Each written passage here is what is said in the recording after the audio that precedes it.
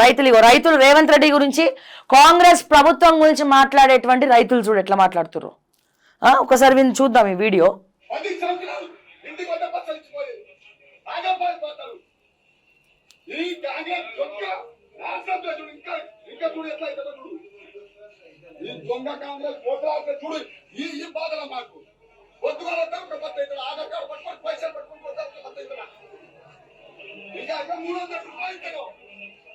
అది కూడా ఇప్పుడు వచ్చిందనే సాగుతారు ఇప్పుడు ఆ పక్క కూడా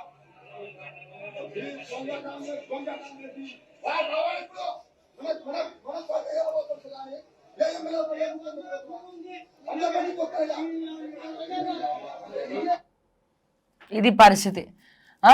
ఇది రేవంత్ అన్న యూరియా కోసము అక్కడ వీళ్ళు ఏ రకంగా ఇబ్బంది పడుతున్నారో ఏ రకంగా బాధపడుతున్నారో చూడాలి దయచేసి. ఏ రకంగా వీళ్ళు ఇబ్బంది పడుతున్నారో రైతుల ఘోష తెలుసుకోవాల్సినటువంటి అవసరం ఉన్నది.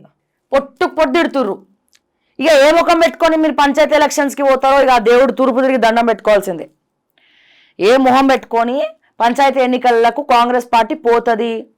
రైతుల శాపనార్థాల మధ్యలో యూరియా లేక యూరియా ఇవ్వక తిప్పలు పడుతున్నారు రైతులు. వర్షాలలో లైన్ల క్యూలలో నించుంటున్నారు. వర్షాలల్లా రేవంత్ రెడ్డి ఏమో వర్షంలో మన ఈయన ఎవరు బోధన ఎమ్మెల్యే బర్త్డే పార్టీ అయితే పోతాడు. ఇడో పక్క హైదరాబాద్ మునిగిపోతుందిరా నాయన అంటే ఈయన అటు పోతాడు. ఒక పక్క రైతులు ఆగమవుతున్నారు యూరియా లేక అంటే వర్షాలలో నడుస్తూ ఉంటే ఈయన గారు మంచి ఏసీ కార్లో టిక్కు అనుకుంటే బ్లాక్ కార్లు బ్లాక్ స్కార్పియోలు వేసుకొని మంచిగా వెళ్తూ ఉంటారు. ఆ డీజిల్ ఇచ్చేది పబ్లికే. అన్ని వాళ్ళ అన్ని ఛార్జెస్ పుక్కట్లా తీసుకునేది ఇచ్చేది పబ్లిక్ కట్టిన ట్యాక్సులతోనే. కానీ ప్రజా సమస్యలు మాత్రం ఒక్కటి పట్టించుకోరు. మరి అగ్రికల్చర్ మినిస్టర్ మరి ఏం చేస్తున్నట్టు తుమ్మల నాగేశ్వరరావు గారు తుమ్ముకుంటా కూర్చురా ఇంట్లో. తుమ్మల నాగేశ్వరరావు గారు ఏం చేస్తున్నారు? మరి ఎవరి శాఖ వాడు పట్టించుకోవాలి కదా. అందరు తూర్పు తిరిగి దండం పెట్టుకుంటారా? పాపం ఆయనే మొన్న ఒకనొక ప్రెస్ మీట్లో నాకు అర్థం కావట్లేదు అసలు ఏం జరుగుతుందో అంటున్నాడు ఆయన తుమ్మల నాగేశ్వరరావు గారు. అట్లా ఉంది పరిస్థితి కాంగ్రెస్ది. ఎట్లా నాకు ఇది చూస్తే నాకు ఏమనిపిస్తుందంటే sorry to say Mayasabha web series release అయింది మన సోనీలో. చాలా అద్భుతంగా ఉంది. అరే మంచి రేటింగ్ ఉంది, ఒకసారి చూద్దాము. ఒరిజినల్ స్టోరీ కదా మాయాసభ. చంద్రబాబు నాయుడు గారు అప్పట్లో ఎమర్జెన్సీ ఇందిరాగాంధీ ఎమర్జెన్సీ తీసుకొచ్చినప్పుడు అసలు చంద్రబాబు నాయుడు పుట్టిన దగ్గర నుంచి వైఎస్ రాజశేఖర రెడ్డి గారి గతం నుంచి వాళ్ళిద్దరు ఎట్లా స్నేహితులుగా ఉన్నారు. స్నేహితులుగా విన్న తర్వాత మరి ఈ వెబ్ సిరీస్ చూసిన తర్వాత జగన్మోహన్ రెడ్డి ఏమైపోతాడో తెలియదు నాకైతే. కానీ ఈ మొత్తం అదంతా కూడా చూపించింది అనమాట. అంటే వాళ్ళ రాజకీయ ప్రస్థానం ఎట్లా మొదలైంది, ఏ రకంగా మొదలుపెట్టిండ్రు, ఎటువంటి కుటుంబం నుంచి చంద్రబాబు నాయుడు వచ్చినాడు, ఎంత కష్టపడ్డాడు ఎమ్మెల్యే అవ్వడానికి, ఆ తర్వాత ఎట్లా యుద్ధం మొదలు పెట్టాలని చెప్పి చేస్తాడు. దాంట్లో కాంగ్రెస్ పార్టీని ఒక బూచిలాగా చూపించారు. అంటే ఈ వెబ్ సిరీస్ చూసిన తర్వాత కొంతమందికి వాట్ ఈస్ కాంగ్రెస్ అని అర్థమవుతుంది. ఎందుకంటే ఫైళ్ళలో సంతకం పెట్టమని అడుగుతారు. అసెంబ్లీలో అక్కడ ఉన్నటువంటి ఎమ్మెల్యేలు అందరూ నిద్రపోతూ ఉంటారు అసెంబ్లీలో. అంటే ఈ వైఎస్ కానీ చంద్రబాబు నాయుడు కానీ రాకముందు నిద్రపోతూ ఉంటారు అసెంబ్లీలో. సరే ఆ తర్వాత అక్కడ ఇందిరాగాంధీ రోల్ ఒక ఆవిడ చేస్తారు.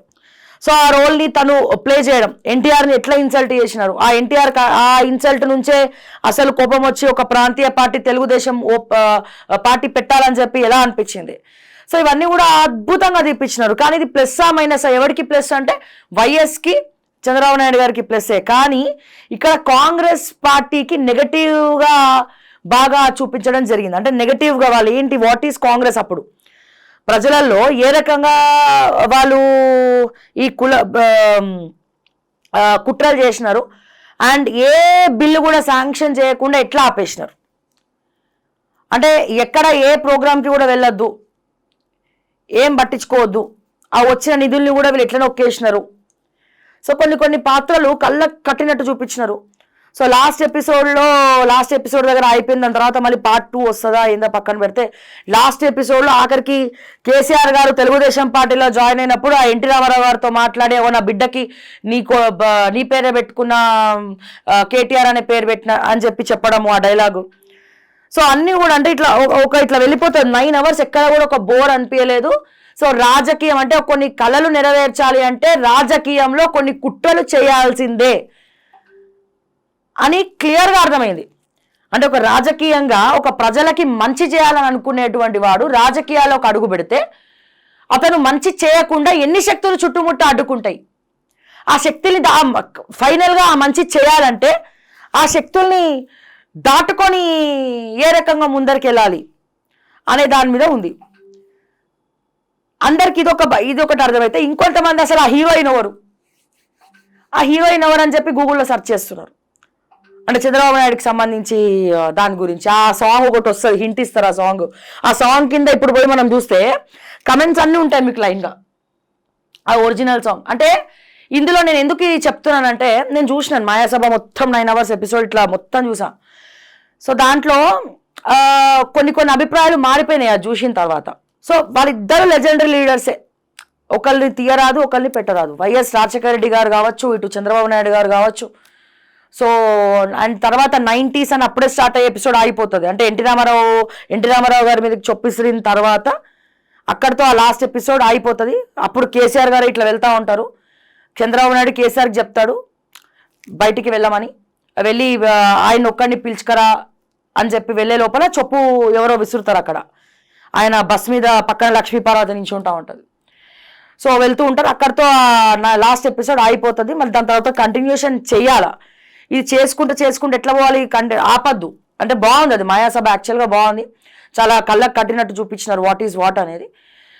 సో దీంట్లో ఎవ్వరు ఏ రకంగా దీన్ని చూసినా సో కాంగ్రెస్ పార్టీని ఒక విలన్ లాగా చూపించడం జరిగింది ఇక్కడ. అంటే అది కూడా రాజకీయ కుట్రల్లో భాగమే. సో ఇది ఒక మైనస్ ఇప్పుడు. అంటే ఈ టైంలో ఈ మాయాసభ లాంటి వెబ్ సిరీస్ రిలీజ్ అవ్వడము, సో దాంట్లో వీళ్ళు చేసినటువంటి కొన్ని పనులు, సో అది నెగటివ్ ఇంపాక్ట్ ఖచ్చితంగా ప్రజల్లో ఉంటుంది దీని మీద. సో ఎనీవేస్ చూడాల్సినటువంటి సిరీస్ అది, తప్పకుండా చూడండి. అండ్